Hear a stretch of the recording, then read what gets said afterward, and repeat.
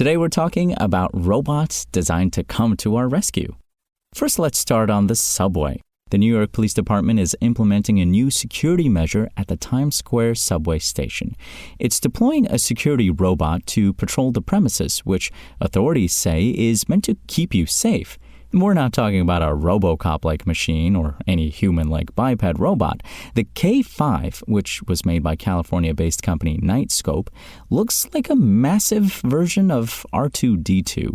Albert Fox Kahn, the executive director of privacy rights group Surveillance Technology Oversight Project, has a less flattering description for it, though, and told the New York Times that it's like a trash can on wheels. K5 weighs 420 pounds and is equipped with 4 cameras that can record video but not audio. The machine also doesn't come with arms. It didn't quite ignore Mayor Eric Adams' attempt at making a heart. The robot will patrol the station from midnight until 6 a.m. throughout its trial run that's running over the next 2 months. But K5 won't be doing full patrols for a while, since it's spending its first 2 weeks mapping out the station and roaming only the main areas and not the platforms. It's not quite clear if NYPD's machine will be live streaming its camera footage and if law enforcement will be keeping an eye on what it captures. Adams said during the event introducing the robot that it will record video that can be reviewed in case of an emergency or a crime. It apparently won't be using facial recognition, though Khan is concerned that the technology could eventually be incorporated into the machine. Obviously, K5 doesn't have the capability to respond to actual emergencies in the station, and can't physically or verbally apprehend suspects. The only real-time help it can provide people is to connect them to a live person to report an incident or to ask questions, provided they're able to press a button on the robot. NYC is leasing K5 for around $9 an hour for the next 2 months.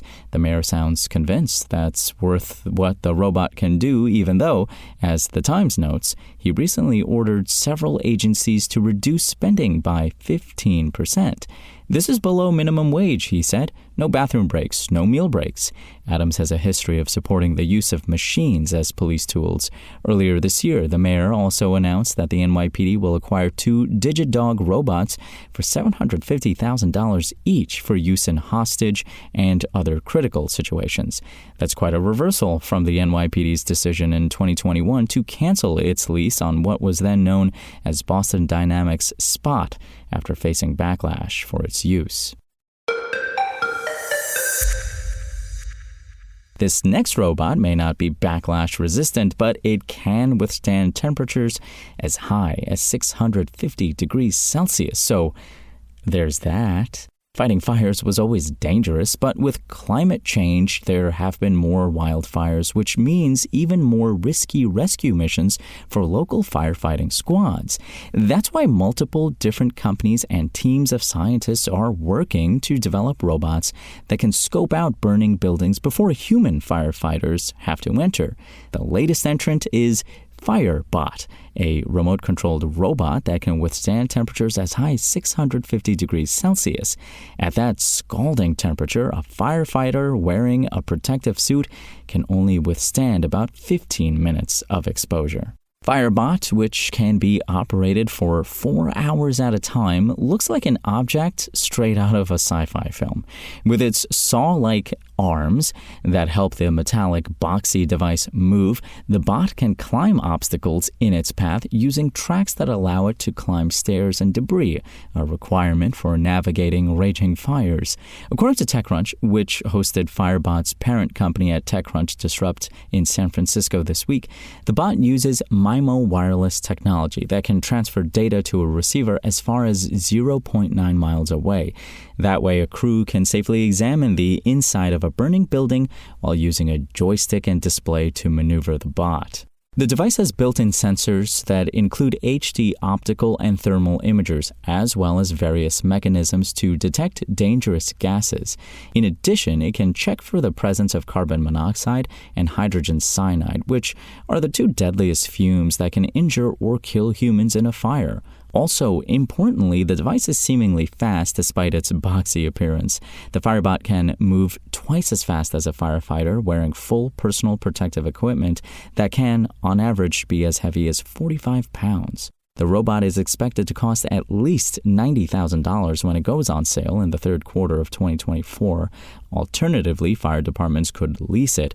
Although this device isn't exactly cheap, it can help alleviate the annual fees associated with firefighter injuries, which is estimated to cost fire departments up to $197,860 a year, according to a paper the National Fire Protection Association published in late 2019. The firebot is not the first device that uses robotics to make firefighting safer. Scientists at the Naval Research Laboratory are developing what's known as SAFER, or the Shipboard Autonomous Firefighting Robot.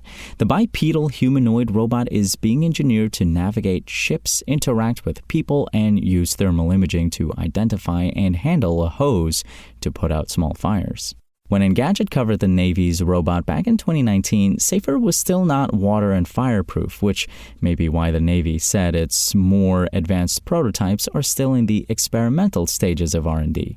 Similarly, there's DARPA's Atlas, a disaster response robot that hosts an infrared and a rotating light detection and ranging laser that allows it to navigate dense smoke. Still, nothing is as seemingly advanced as Paradigm's firebot in terms of being able to withstand and navigate heat at fire scenes.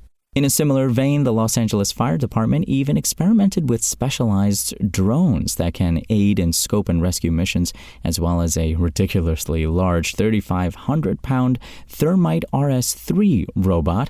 That robot costs $272,000, making the firebot seem almost reasonable by comparison.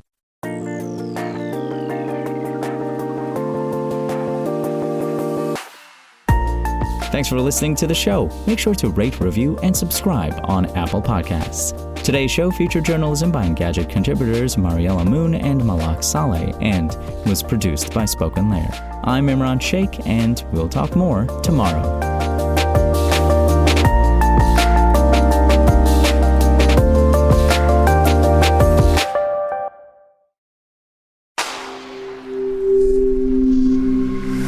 Spoken Layer.